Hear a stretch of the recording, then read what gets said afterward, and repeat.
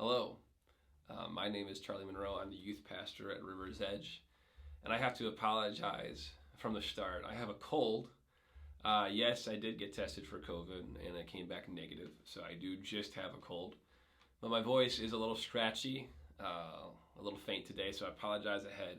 But I'm here to bring you what we call a Word on a Wednesday, which is going to be a brief, few-minute encouragement from God's Word.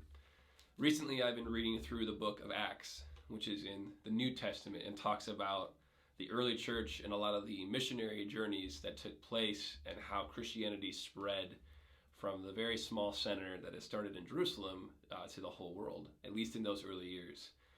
In a lot of those years, Christianity was kind of deciding how to not only define itself, but also how to express itself, especially with its background in Jewish law, and also realizing that they were reaching a lot of people who had none of the background in the Jewish law that I just mentioned. Especially they were called Gentiles, people that were not from Jewish birth or had any knowledge, usually, of the Jewish law.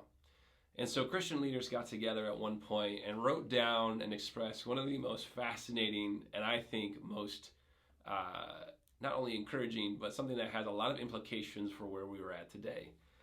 In Acts chapter 15, these group of leaders are deciding how and what to tell a group of new Gentile believers what Christianity is about. They're trying to decide them to tell them what they should be focusing on when it comes to morality and their choices, and trying how do you express to a group of people in one letter, everything that the Old Testament is, all the laws, all the moral laws, all the prophets, all the rules, all those things. I mean, there's tons of them. And so how do you condense that down into one little thing? And they make this statement in verse 19 of chapter 15. They said, "It is my judgment that we should not make it difficult for the Gentiles who are turning to God."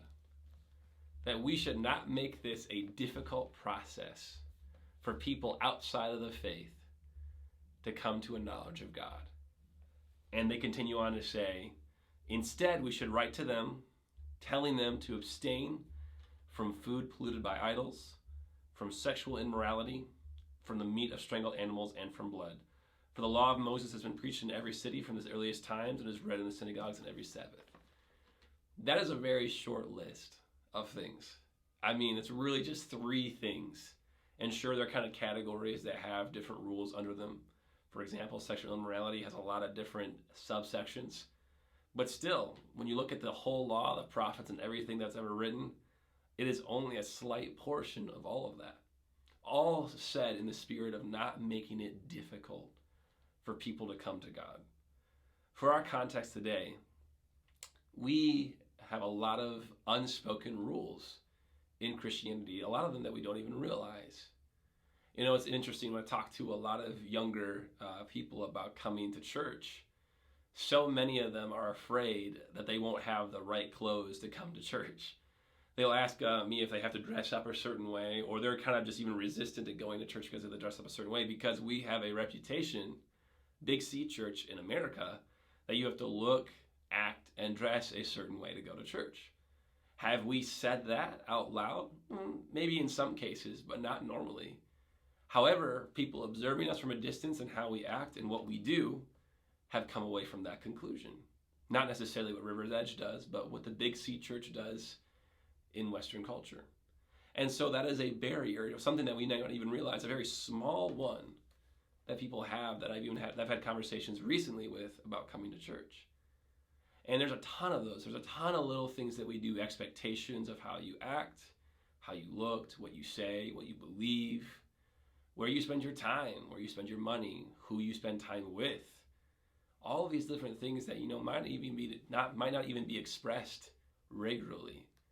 But people are looking inside from the outside and saying that these are things that they expect me to be.